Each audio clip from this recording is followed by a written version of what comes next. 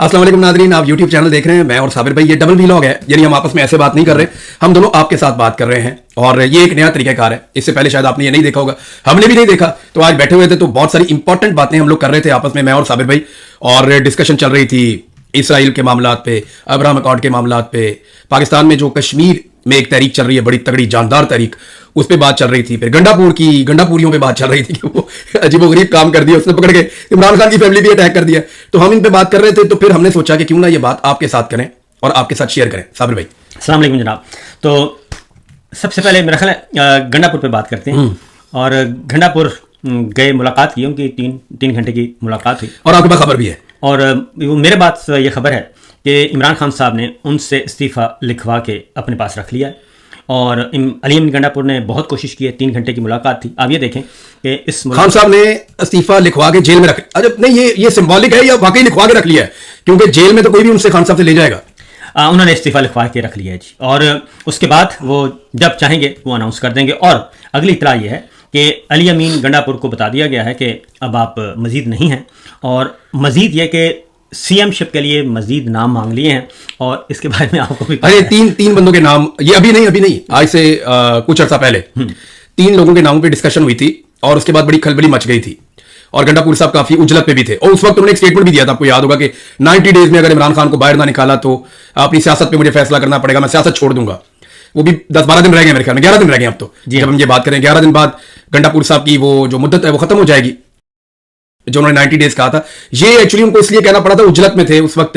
इमरान खान साहब ने कोई डिस्कशन की थी, वो नाम हम आपके सामने नहीं रखेंगे, वो नाम जब सामने आएंगे तो वो ज़ेरे ताब आ जाएंगे, पाकिस्तान में सारे उनके पीछे पड़ जाएंगे। लेकिन ये है कि खान साहब ने डिस्कशन की थी। फैसला खान साहब कब करते हैं ये उनकी सवाबदीद है, वो आज कर सकते हैं, हो सकता है वो ना करें, और ये सिर्फ एक प्रेशर टैक्टिस हो। लेकिन गंडापुर साहब ने जो किया साबिर भाई, ये क्या था? अच्छा नहीं, पहले तो मैं आपको बता दूं, हम जरा डिस्कस तरतीब से चलते हैं, क्योंकि खबरें बहुत हैं, बहुत ज़्यादा हैं। एक तो ये कि 3 घंटे इन्होंने लगाए गंडापुर ने।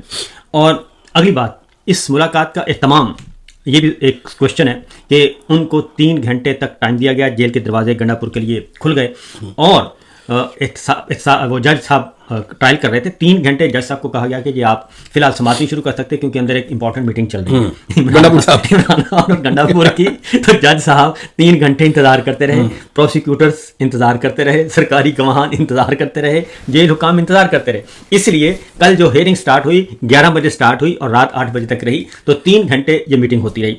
पहली बात तो ये। उसके बाद ये इसका बैकग्राउंड ये है कि गंडापुर को ये बता दिया गया था कि अब मामलात ख़राब हो गए हैं आपके, अगर अब आपकी मुलाकात ना हुई तो इमरान खान साहब यकतरफा तौर पे जेल से अनाउंस कर देंगे कि गंडापुर साहब, और जो जलसे में हुआ जी, जो जलसे में आप इस्तीफा दे दें। लोग जूते उठा रहे थे, बोतलें मार रहे थे, लोगों ने गालियां दी हैं, बदतमीजी की है, जी हाँ, और नए सीएम का ऐलान कर देते। तो अगर ये हो जाता तो इससे बहुत ज़्यादा बूस्ट मिलना था पार्टी को और पार्टी कारकुन को। इसलिए उस बूस्ट को, उस एनर्जी को दबाने के लिए जल्दी भेजा गया गंडापुर साहब को। गंडापुर साहब ने जाके इमरान खान की बहन भी चढ़ाई कर दी सारी। उन्होंने एक नहीं, उन्होंने कई बातें की हैं। उन्होंने एक तो अलीमा खान साहबा के बारे में कहा, लेकिन इमरान खान साहब के पास ना पूरी की पूरी एक वो टाइम लाइन थी गंडापुर के बारे में। उन्होंने कहा कि जेल में और काम क्या हो, वो किसी और बंदे का तो सिर्फ एक ही बंदा उनके फोकस में, और उनके पास परफेक्ट इंफॉर्मेशन थी। उन्होंने कहा कि नीचे से शुरू हो जाते हैं, ठीक है, नीचे से। उन्होंने कहा कि मैंने कहा कि आप जो ऑपरेशन हो रहा है, फौजी ऑपरेशन और ड्रोन हमले, इसको रुकवाएं और इस पे ओपनली आप अपनी पॉलिसी बनाएं। आपने नहीं किया बजट में। मैंने आपको कहा सुप्रीम कोर्ट जाएं, मुलाकात आपकी नहीं हो रही तो सुप्रीम कोर्ट जाएं, आप नहीं गए सुप्रीम कोर्ट के लिए। सुप्रीम कोर्ट जाते, मेरे साथ मुलाकात करते, फिर वही बजट का। फिर आपने अफगानिस्तान, मैंने आपको कहा अफगानिस्तान जाएं, आपने कहा मेरे पास पासपोर्ट नहीं है। उसके बाद उन्होंने कहा कि ये तमाशे वाली बात तो नहीं, मजाक का लतीफ़ा है कि पासपोर्ट नहीं है आपके पास। उसके बाद उन्होंने कहा कि फिर मैंने जुनेद अकबर को लगाया, और मैंने आपको कहा कि अदालतों में भी आए, उधर अडियाला में भी आना था। जुनेद अकबर को, उन्होंने कहा मैंने जुनेद अकबर को लगाया, मैंने आपको समझाया कि आप हुकूमत करें, उनको पार्टी पॉलिटिक्स करने दें, पार्टी सियासत को आप उनको सिर्फ अकोमोडेट करें और उनको सपोर्ट करें। आपने ये नहीं किया, बल्कि आपने उनके अजला में जाके उनकी जड़ें काटना शुरू कर the through bureaucracy. Hasnain Rafiq साहब ने यह भी रिपोर्ट किया कि करप्शन पे भी खान साहब ने कहा कि ये भी कंट्रोल करो, शिकायतें आ रही हैं। तो ये इस तरीके से उन्होंने कहा आपने कुछ नहीं किया। फिर बजट पे आ गया, उन्होंने कहा बजट के बारे में आपने यकतरफा तौर पर बजट मंजूर करवा लिया। तो जो मैं आपको कहता आ रहा हूं आप वो नहीं करते। फिर पीछे चले जाएं, आप तो आपको भी पता है उस बात का, वो तो उसके तो कई यानी शाहिद हैं कि जब ये चले गए हाथ लगा के डी चौक को, तो इमरान खान साहब ने कहा यार अली अमीन तुम्हारे पास इतना अच्छा मौका आया था, तुम्हें गिरफ्तार कर लेते तो क्या हो जाता? क्या हो जाना था? गिरफ्तार हो जाते, तुम सूबे के चीफ एग्जीक्यूटिव थे और इतना बड़ा आप ये काम कर सकते थे, लेकिन आप गिरफ्तारी से डर के भाग गए। खैर, वो तो ये सारी बातें थी। और फिर जलसे की बात हुई, तो जलसे में फिर अली अमीन ने वो सारी चीज़ों का जवाब जब अलीमा खान की तरफ फेर दिया और उन्होंने कहा कि ये तो, और ये भी कहा कि पंजाब से 500 बंदे। हाँ, यानी 500 बंदे। मैं जो जिन रिपोर्टर से मेरी बात हुई, आप भी पूछ लें, हाँ, हमारे साथ हम ट्रांसलेशन कर रहे थे, सारे बता वो रहे ये थे। कहते हैं जी कि पंजाब से इतनी बड़ी तादाद में लोग कभी खैबर पख्तूनख्वा में नहीं आए जो इस जलसे के लिए आए थे, बहुत बड़ी तादाद में आए थे। तो और यानी एक सहाफी ने तो मुझे कहा, मुझे लगता है कि एग्जैजरेशन है, लेकिन वो कह रहे हैं कि हमने ज्यादा पंजाबी देखे वहां पे जलसागाह के अंदर, बाहर पश्तून बहुत ज्यादा। उन्होंने 26 नवंबर का भी कहा था कि 26 नवंबर को भी इस्लामाबाद पंजाब से सारा दिन पिंडी ने मार खाई इस्लामाबाद। नहीं तो डीजी खान का बेचारा वो शहीद हुआ था, क्या नाम है, नाम मेरे ज़हन से निकल गया, जिसकी शहादत के दौरान फोन कॉल मियां वाली में कितनी दुनिया निकल के गई पंजाब से। फिर डीजी खान राजनपुर, भावलनगर, भावलपुर, विहाड़ी, मुल्तान, सारी जगहों से आए, तो इन्होंने उस वक्त भी ये बात की थी। अब फिर इन्होंने ये कहा, तो वो बिल्कुल अपोजिट राय इनके थी। तो अच्छा, एक बात मुझे बताएं साबिर भाई, इमरान खान की वो बहन है। हाँ जी। अब ये बहन भाइयों का जो साथ है, आपस में कोई 75 ईयर्स का 70 70 साल का कम से कम होशो हवास वाला इनका आपस का जो साथ है। इमरान खान साहब 72 साल के हैं। 70 साल का इनका बहन भाइयों का आपस का ताल्लुक है, ठीक है, 70 साल से ज्यादा का ताल्लुक है। क्या ये एक दूसरे को नहीं जानते? मैं हैरान हो गया कि एक आदमी जुम्मा 8 दिन हुए ने, वो जाके इमरान खान को बता रहा है कि उसकी बहन इक्तदार की भूखी है और इमरान खान से इक्तदार छीन के, इमरान खान को कुछ होगा तो वो इक्तदार छीनेगी ना, कि वो जनाब चेयरमैन बनना चाहती है पार्टी की और वो मिलिट्री इंटेलिजेंस के साथ मिल गई है। यानी हद नहीं हो गई कि वो मिल गई मिलिट्री इंटेलिजेंस के साथ, और ना सिर्फ वो मिलिट्री इंटेलिजेंस के साथ मिल गई, बल्कि उसने इमरान खान की जगह चेयरमैन बनने का फैसला कर लिया, और वो कोई सोशल मीडिया भी सारा वो कंट्रोल करती है। हाँ, उन्होंने यही अच्छा, कहा।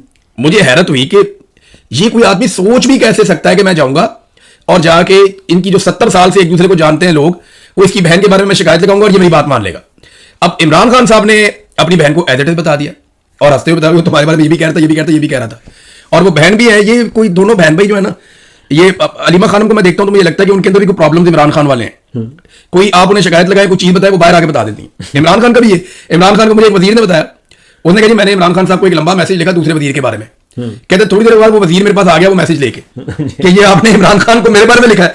तो खान साहब यार तुम्हें वो ये कह रहा है, ये बताओ मुझे इसका जवाब दो। तो खान साहब जो है ना वो डायरेक्ट उन्होंने अपनी बहन को भी वैसे ही बता दिया और उनकी बहन भी उन्हीं की तरह वो आगे उसके बाहर सारी दुनिया को बता दिया। वो एक दफा थे पीसीबी के चेयरमैन एहसान मानी थे, उनके बारे में ना किसी ने एक लंबा चौड़ा इसी तरह मैसेज लिखा, तो थोड़ी देर के बाद एहसान मानी साहब को उस बंदे को फोन आ गया कि वो बताएं ये आपने मैसेज लिखा। उन्होंने कहा कि बताएं क्या है, तो वो बंदे ने तो जाहिर है वो बात नहीं बतानी थी, उसने नहीं मुझे खान साहब ने सारी बात बता दी, मैसेज आ गया बताओ क्या करना है, मुझे भेज दिया, मेरे से पूछें, उसकी कंप्लेंट मेरे तक ही आ गई है, अब बताएं मैं क्या कर सकता हूँ। तो ये खान साहब की पुरानी आदत है, वो सीधा उस बंदे को बताते। अब अलीमा खानम को उन्होंने बता दिया, उन्होंने आके बाहर बता दिया।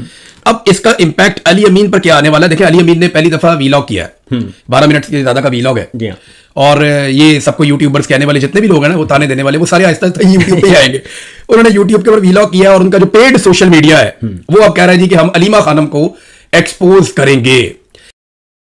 अब इमरान खान की वो अपनी बहन को तो कम से कम जानता होगा ना, अगर वो उसको भी नहीं जानता तो फिर किस बात का लीडर है? अगली बात मैं ये बता दूं कि इमरान खान साहब के पास उस सोशल मीडिया के उन लोगों की भी लिस्ट मौजूद है जो ये काम कर रहे हैं गंडापुर के साथ मिलके, और गंडापुर साहब का और उनका आपस में। तो मैं जाती तौर पे नहीं, वो तो पैसे लेकर कर रहे हैं, उनमें कोई लोग ऐसे हैं जो पेड हैं, जिनको तनख्वाह मिलती है हर महीने। मैं अभी भी मशवरा दूंगा कि ठीक है, खान साहब ने उनसे इस्तीफा लेके रख लिया है, तो गंडापुर से मैं अभी भी कहूँगा कि वो खान साहब के पास जाएं एक और मुलाकात करने, उनके जी जो कुछ हो गया वो उसको करते हैं, आइंदा से मैं बिल्कुल नहीं तो फिर आसिम मुनीर साहब का क्या करेंगे?